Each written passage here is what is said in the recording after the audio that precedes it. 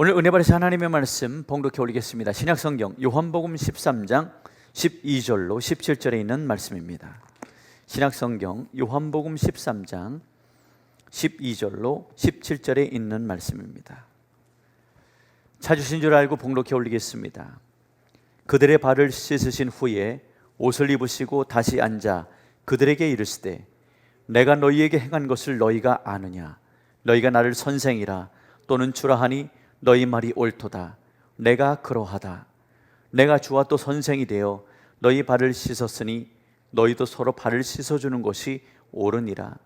내가 너희에게 행한 것 같이 너희도 행하게 하려 하여 본을 보였노라. 내가 진실로 진실로 너희에게 이르노니 종이 주인보다 크지 못하고 보냄을 받은 자가 보낸 자보다 크지 못하나니 너희가 이것을 알고 행하면 복이 있으리라. 아멘.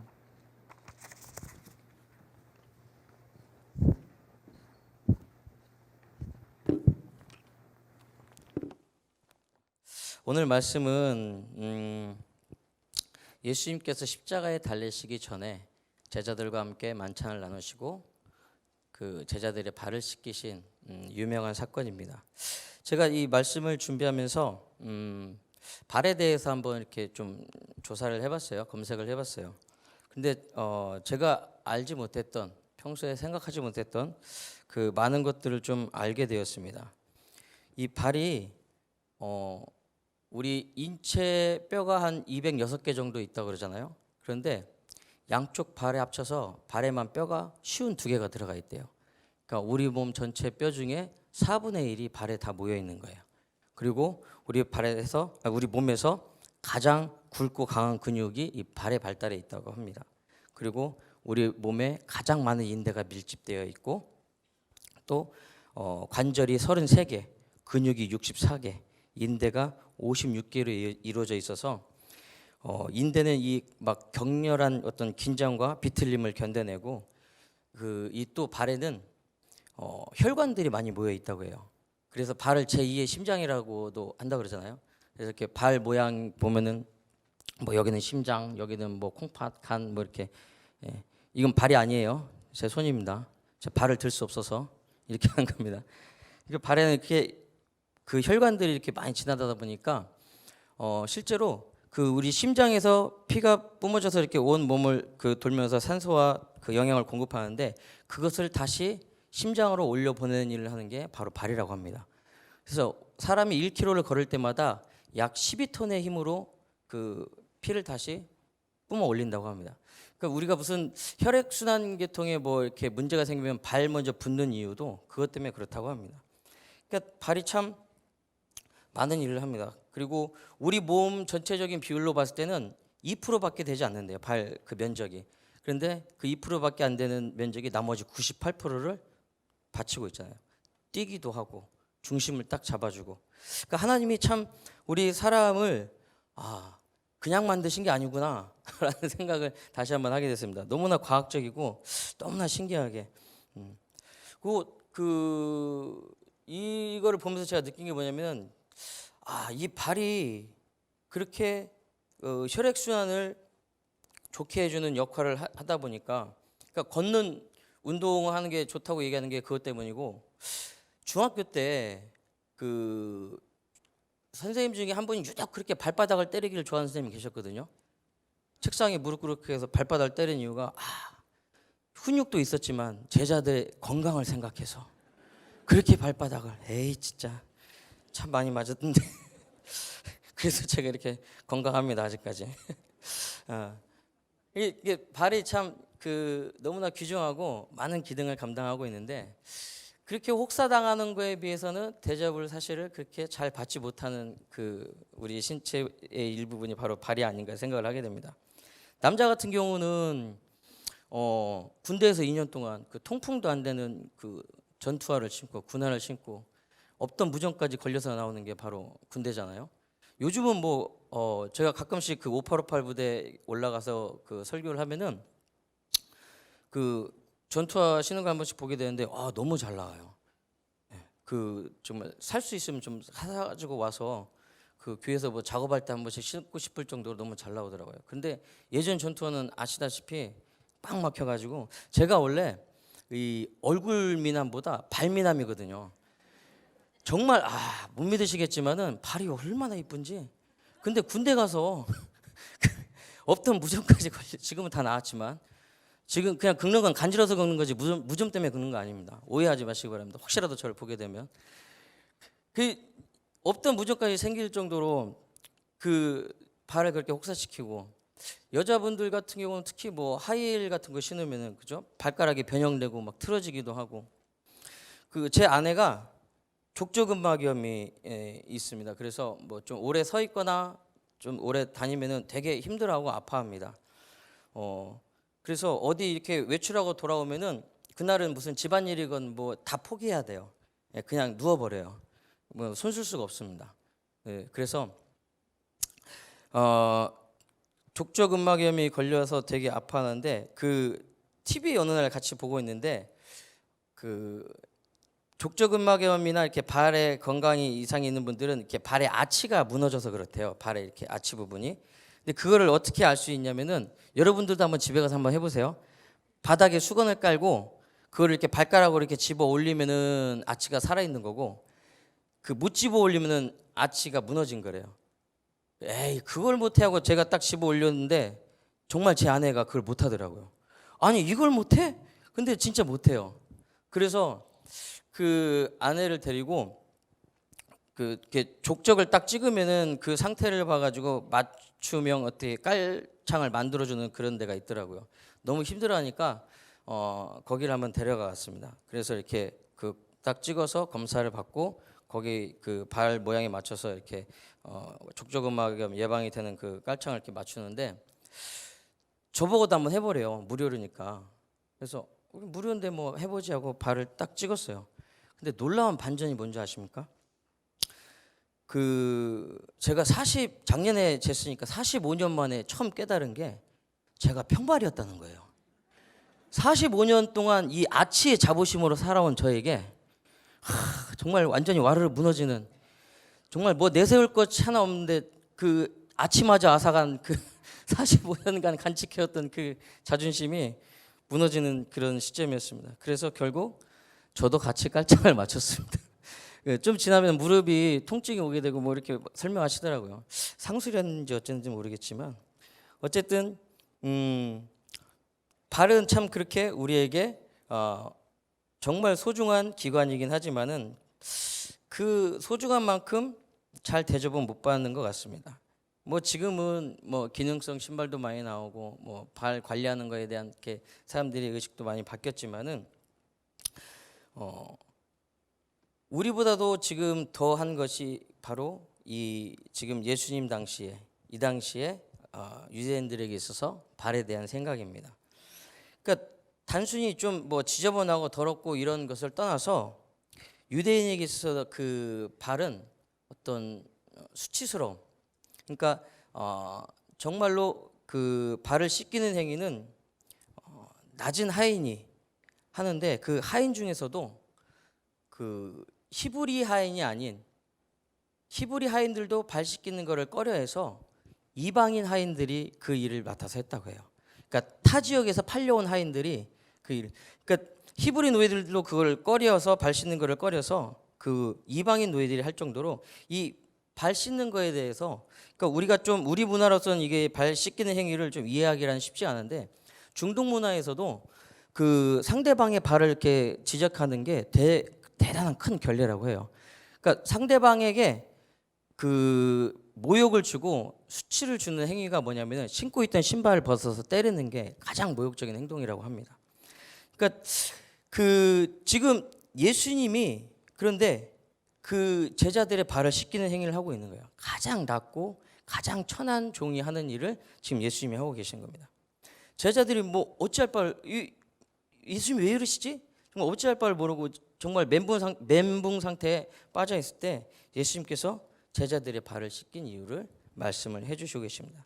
그래서 오늘 이 말씀을 통해서 예수님께서 제자들의 발을 씻김으로 말미암아 제자들에게 또 오늘을 살아가는 우리들에게 무엇을 깨닫게 해주셨는가에 대해서 한번 은혜를 나눠보고자 합니다. 그 첫 번째, 예수님께서 행한 것이 무엇인지 깨닫게 하셨다는 겁니다. 12절 말씀 한번 보도록 하겠습니다. 그들의 발을 씻으신 후에 옷을 입으시고 다시 앉아 그들에게 이르시되 내가 너희에게 행한 것을 너희가 아느냐 그랬습니다. 지금 예수님은 제자들과 사람들에게 정말 엄청난 사람입니다. 13장 전에 12장에 예수님께서 나사로를 살리셨다는 소문 때문에 그 유월절을 지내려고 그 예루살렘에 모인 사람들이 예수님을 보려고 막 몰려듭니다. 그리고 예수님께서 예루살렘 성에 입성하실 때는 막 그 종려나무 가지를 흔들면서 호산나 다윗의 자손으로 오시는요, 다윗의 이름으로 오시는요, 호산나 하면서 환영을 합니다. 저분이 죽은 나사로를 살렸대. 그래? 그럼 우리 죽을 일 없겠네. 저분이 왕으로 오면 오병이어로 5천 명을 먹이셨대. 저분이 왕으로 오면 우리는 굶어 죽을 일 없겠네. 저분이 거친 파도도 잠잠하게 하셨대. 야, 그 정도 능력이면은 로마뿐만 아니라 이 주변 나라 우리가 다 다스릴 수 있는 거 아니야? 다 우리가 종으로 부리면서 더 이상 굶을 일 없이 그냥 떵떵거리며 살 수 있는 거 아니야? 이야, 다윗의 이름으로 오시뇨, 우리의 왕으로 오소서 하고 이렇게 환영한 상태거든요. 그런 지금 제자들과 사람들에게 있어서는 예수님이 그런 존재예요. 현재까지는. 그런데 그런 분이 가장 낮고 천한 종이 하는 그 발을 씻기는 행위를 하고 있는 겁니다. 그런데 우리는 이 말씀을 통해서 또 한 가지 기억해야 될 게 뭐냐면은 제자들은 몰라요. 그런데 우리는 알 수 있는 행위가 하나가 더 있습니다. 뭐냐면은 이 일을 하시기 전에 바로 하늘에서부터 이미 엄청난 일을 하셨다는 겁니다. 함께 읽도록 하겠습니다. 빌립보서 2장 5절에서 8절까지 말씀입니다. 빌립보서 2장 5절에서 8절 제가 봉독하도록 하겠습니다. 너희 안에 이 마음을 품으라. 곧 그리스도 예수의 마음이니 그는 근본 하나님의 본체시나 하나님과 동등됨을 취할 것으로 여기지 아니하시고 오히려 자기를 비워 종의 형체를 가지사 사람들과 같이 되셨고 사람의 모양으로 나타나사 자기를 낮추시고 죽기까지 복종하셨으니 곧 십자가에 죽으심이라. 아멘. 아멘이 안 나오길래 제가 좀 기다렸다가 제가 했습니다. 예수님은 근본이 하나님의 본체세요. 그럼에도 불구하고 그 영광과 존귀와 권세를 다 버리고 다 비워내시고 종의 형체를 가지고 사람들과 같이 되셨고 사람의 모양으로 나타나십니다. 육체를 입고 할 수 있는 최대한의 낮춤을 보여주시기 전에 이미 하늘에서 그 영광 권세를 다 버리고 이 땅에 오셨다는 겁니다. 우리는 이것을 간과해서는 안 될 줄로 믿습니다. 이 땅에서 하신 그 낮추신 일 전에 이미 벌써 하늘에서 예수님은 그 하나님의 자리, 그 영존하신 하나님의 자리를 포기하시고 이 땅에 육체를 입고 내려오셨다는 것입니다. 예수님께서 하늘 영광을 버리고 이 땅에 그 오신 일과 제자들의 발을 씻기신 그 위대한 일이 정말 우리들에게 큰 의미로 다가오는 은혜가 있기를 소망합니다. 그렇다면 도대체 왜 예수님께서 그 일을 하셨을까요? 하늘 영광을 버리고 또 이 땅에 오셔서까지 그렇게 낮은 자리에서 섬김의 본을 보셨을까?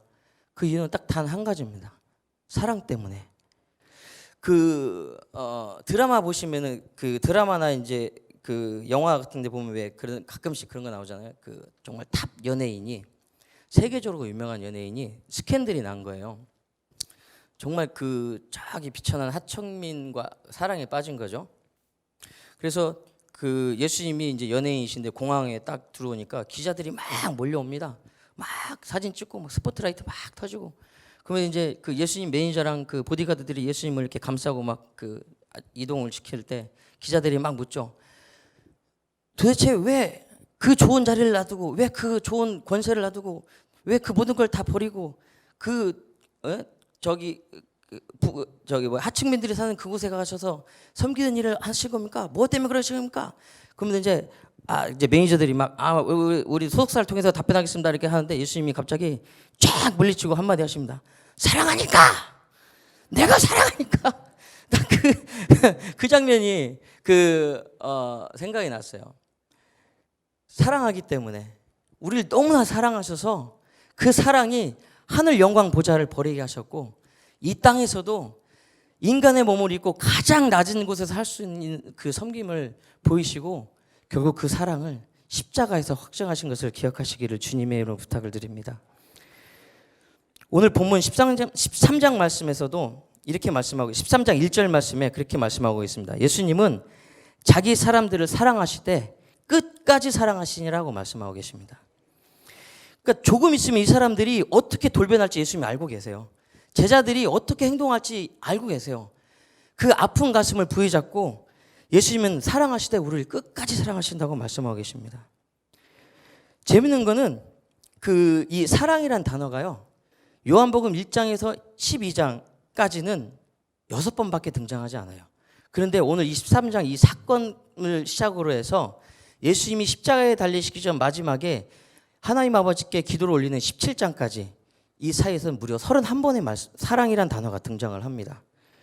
그리고 13장 말씀 34절인가 보면은 너에게 새 계명을 주노니 서로 사랑하라라고 말씀하십니다.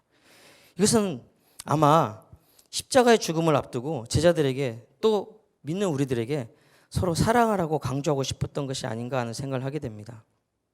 우리는 예수님께서 하늘 영광을 버리고 이 땅에 오신 그 성육신 사건, 그리고 가장 낮은 자리에서 제자들의 발을 씻기신 그 사건을 그냥 그랬구나, 말씀에 그렇게 나와 있구나 이렇게 지나가시는 게 아니라 정말 매일매일 이 사건이 우리에게 새로운 감사로, 새로운 은혜로 다가오는 그런 놀라운 그 은혜가 있으시기를 주님의 이름으로 축원합니다. 예수님은 근본 하나님의 본체세요.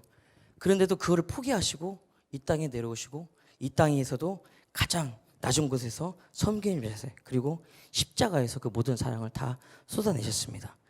훗날 사도 요한은 그의 서신에 이렇게 얘기를 합니다. 요한일서 3장 1절입니다. 보라, 아버지께서 어떠한 사랑을 우리에게 베푸사 하나님의 자녀라 일컬음을 받게 하셨는가. 우리가 그러하도다. 그러므로 세상이 우리를 알지 못하면 그를 알지 못함이라 그랬습니다.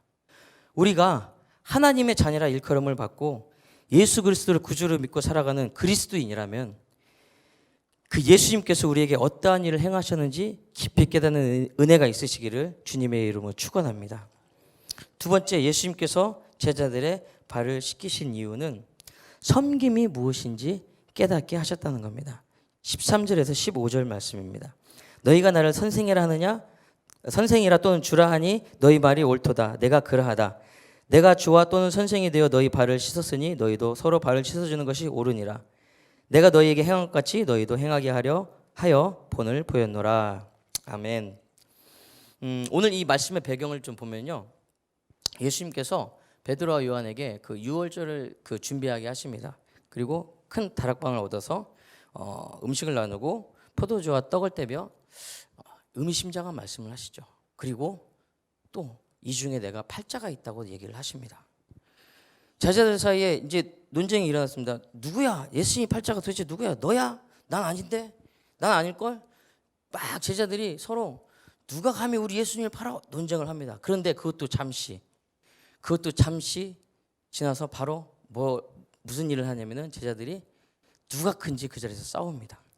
그러니까 누가복음 22장 22절 말씀에 보면은 예수님께서 나는 나의 길을 갈 건데 나를 파는 자는 화가 있을 것이다 라고 말씀하십니다. 그때 제자들이 23절에 서로 묻되 우리 중에서 이 일을 행할 자가 누구일까 하더라 그랬습니다. 그러니까 도대체 예수님 팔자가 누구냐라고 이렇게 제자들이 얘기하지만 사실은 그렇게 심각하지가 않았어요. 누가 팔려 그러지? 하고 바로 화제 전환이 어디로 되냐면 24절 말씀. 또 그들 사이에 누가 크냐 하는 다툼이 났다고 말씀하고 계십니다. 그러니까 아까 처음에 예수님께서 제자들과 사람들에게 지금 어떤 인식이라고 얘기를 했잖아요. 그러니까 제자들 지금 마음속에는 자, 이제 다 끝났는데 그러면은 우리 12명 중에서 과연 누가 큰 자리를 차지할까? 누가 가장 많은 자리를 차지할까? 누가 가장 예수님 옆에 붙어서 호의호식을 할까? 이것이 그들의 머리와 마음을 지배하고 있었다는 거죠. 그렇기 때문에 예수님의 그 가슴 아픈 말은 그들 귀를 울리지 못했고 그들의 마음을 울리지 못했다는 것입니다. 그러니까 제자들의 마음은 이미 예수님과 전혀 상관없는 헛된 욕심으로 가득 차 있었고 거기에는 예수님의 간절한 바람이 담긴 말씀들은 그들 귀에는 들리지가 않았다는 겁니다. 그때 예수님께서 조용히 일어나시더니 제자들의 발을 씻기십니다. 오늘 13절 말씀에 보면은 너희가 나를 선생이라 또는 주라 하니 너희 말이 옳도다 내가 그러하다라고 말씀하고 계십니다. 너희 말이 옳도다. 우리는 참 옳은 말 하기를 좋아합니다. 옳은 말을 참 잘합니다. 잘 판단하고 잘 지적을 합니다. 그리고 내가 한 말이 빈틈이 없게 보이려고 부단히들 노력을 합니다. 그런데 오늘 예수님은 옳은 말을 하기보다 그냥 옳은 행동을 우리에게 그냥 보여주십니다. 아무 말 없이. 그러니까 꼭 내가 이런까지 해야 돼? 야, 내가 추접스럽게 꼭 이렇게까지 얘기를 해야 돼? 야, 너희는 내 제자라면서 이거밖에 안 돼? 그동안 니네 뭘 배워? 그래서 니네는 안 되는 거야. 예수님께서 나무라시고 혼내시고 지적하시는 게 아니라 그냥 그 제자들과 다툼이 일어났다고 하는데 그 본문 해석을 보면은 이 다툼이 그냥 말싸움이나 이런 게 아니라 싸움이라고 그 말다툼이 아니라 싸움이라고 얘기를 합니다. 그러니까 정말 눈을 빨개 가지고 피 튀기게 싸우고 있는 거예요. 누가 큰 자리를 차지할지. 내가 그동안 예수님 옆에서 너보단 더 붙어 있었고, 야, 나는 예수님 모시고 변화산까지 올라간 사람이야. 서로 막, 야, 너 우리 엄마 와서 얘기한 거 알지? 뭐 이미 우리 엄마랑 얘기 다 끝났어. 니네는 다 자기들끼리 아주 막 피가 튀기게 싸우고 있는 거예요. 한번 우리가 예수님의 입장이라고 생각을 하고 여러분 상상을 해보십시오. 이미 제자들이 앞으로 어떻게 행동을 할지도 알고 계시고 이 중에 나를 팔자가 있는 것도 알고 계세요. 그런데 자기들 중에 누가 크냐고 막 싸우고 있어요. 그걸 바라보고 있는 예수님의 심정은 얼마나 참담하겠습니까? 우리 같으면 정말 한번 상을 뒤엎지 않겠습니까? 이것들이 진짜 하면서. 그런데 예수님은 아무 말도 안 하시고 대화를 가져다가 제자들의 발을 씻기십니다. 세상에 옳은 말 하는 사람 너무나 많습니다.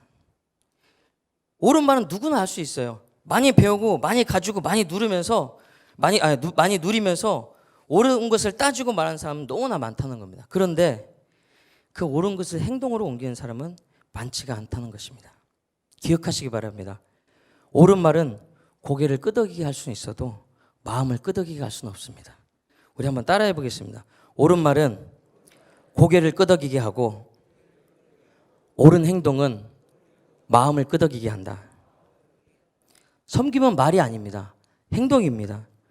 옳은 말 하는 사람은 세상에 널렸고 또 진정한 옳은 말씀은 이미 하나님께서 성경에 다 기록을 해놓으셨어요. 예수님은 이 땅에 오셔서 그 하나님의 옳은 말씀을 하나하나 행동으로 옮김으로 섬김의 본을 보이셨다는 것을 기억하시길 바랍니다. 14절 말씀에 너희도 서로 발을 씻어주는 것이 옳다고 말씀하십니다. 지위, 체면, 권위, 재산, 지식 이런 것 다 섬김에 있어서 그런 거 다 필요 없다는 겁니다. 왜냐하면 예수님께서 이미 선생으로서 또 주로서 우리 발을 씻기시는 본을 보이셨기 때문입니다. 여기서 말하는 선생은 학교에서 가르치는 선생이 아닙니다. 삶의 전체의 모든 것의 스승을 얘기하는 겁니다. 그런 스승 되신 분이 가장 낮은 곳에서 하는 그 섬김 모습을 보여줬습니다. 이 앞에서 우리가 뭐라고 얘기를 하겠습니까? 무슨 핑계를 대겠습니까? 나는 마음이 안 맞아서 나는 원래 저 사람과 성격이 안 맞아서 나는 여기 해본 적이 없어서 나는 내 체질에 이게 안 맞아서 무슨 핑계를 우리가 예수님 앞에 대겠습니까? 그 스승 되신 예수님이 전능하신 예수님이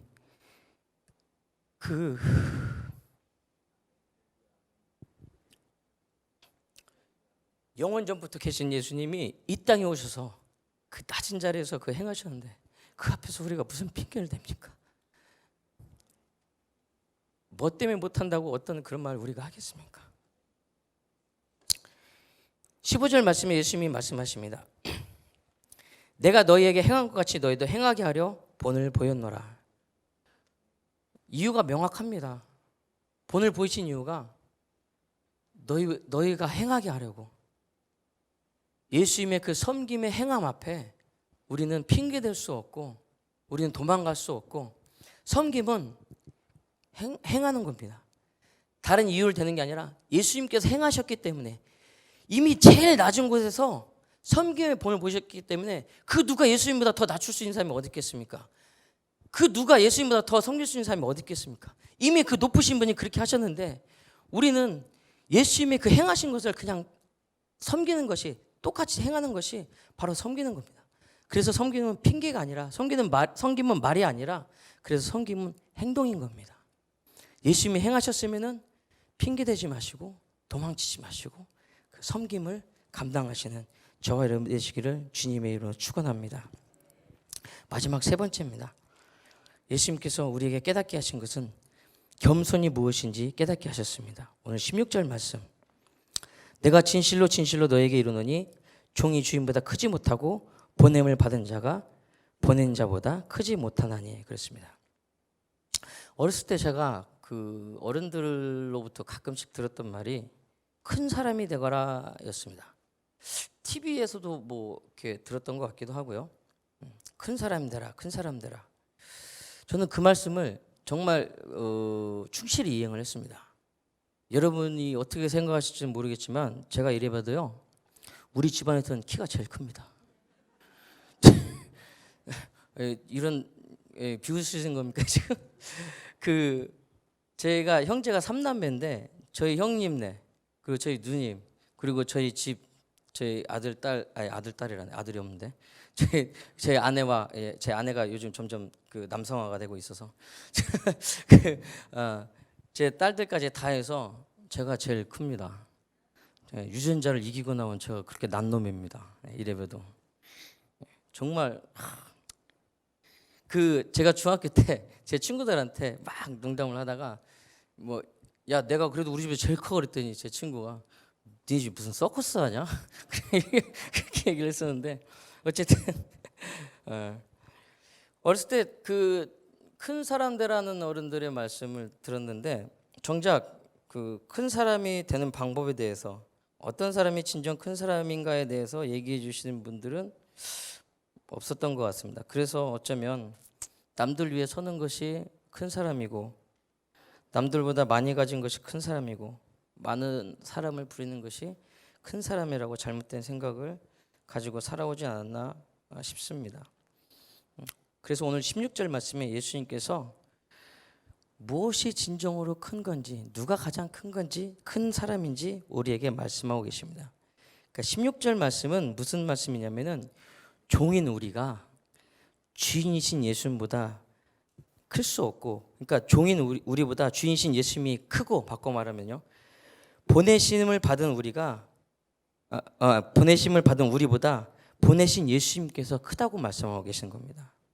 그러니까 자꾸 남들보다 크려고 하는 마음, 그리고 제자들처럼 더 큰 자리를 차지하려고 싸우는 그곳에 예수님께서 진정으로 누가 큰 사람인지, 누가 큰지 진실로 진실로라고 강조하시면서 말씀하고 계시는 겁니다. 그 크신 주님이 이 땅에 오셔서 그 낮은 곳에서 겸손의 모습을 보이셨다는 것입니다. 그래서 겸손은 갖추는 것이 아니라 인정하는 것입니다. 한번 따라해 보겠습니다. 겸손은 갖추는 것이 아니라 인정하는 것이다. 바로 예수 그리스도의 크고 위대하심을 인정하는 것입니다. 믿으십니까?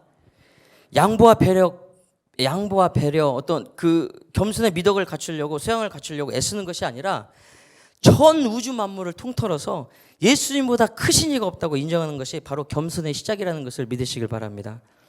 예수 그리스도의 그 크고 위대하심을 인정할 때 그 앞에 작은 나를 발견하게 됩니다. 그때 그 안에, 우리 안에 그 겸손의 어떤 미덕들이 올라오게 되는 거지.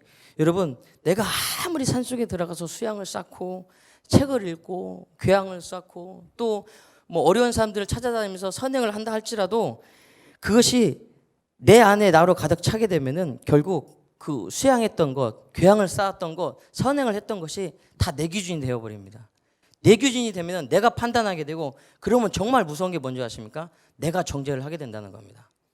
은혜 받은 자로서 가장 조심해야 될 게, 가장 두려워야 될 게 바로 판단하고 정죄하는 겁니다.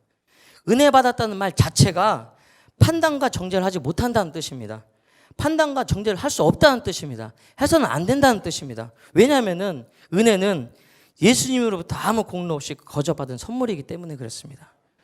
우리가 아무리 마음속으로 겸손해야지 다짐하다가도 정말 꼴 보기 싫은 그런 원수 같은 사람 만나면 저건 아니지, 다른 건 다 돼도 내가 저 꼴만은 못 보지. 내가 저 인간 저것만은, 내가 정말 다른 건 다 용납해도 내 눈에 흙이 들어가기 전까지는 저건 안 돼.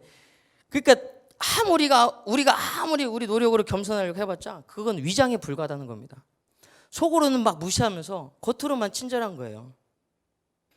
예수 그리스도께서 우리 안에 계시지 아니하시면 우리는 위선과 거짓으로밖에 살 수 없습니다.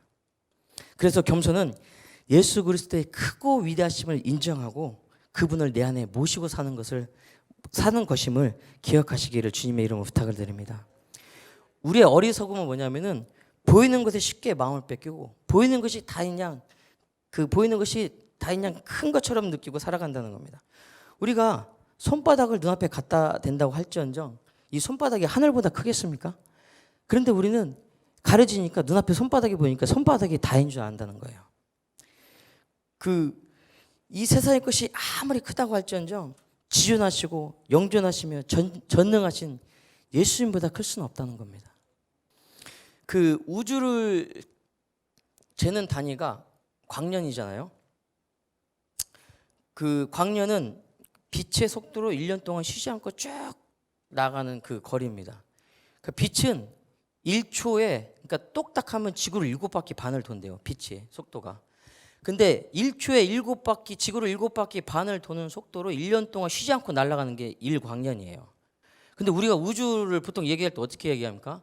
몇천 광년, 몇만 광년, 몇억 광년, 몇십억 광년. 1초에 7바퀴 반을 도는 속도로 몇십억 년을 날아가야지만 그 별이 있는 거예요. 여러분 가늠이 되십니까 그게? 그런데 그것조차도 이미 시간 안에 있는 거예요.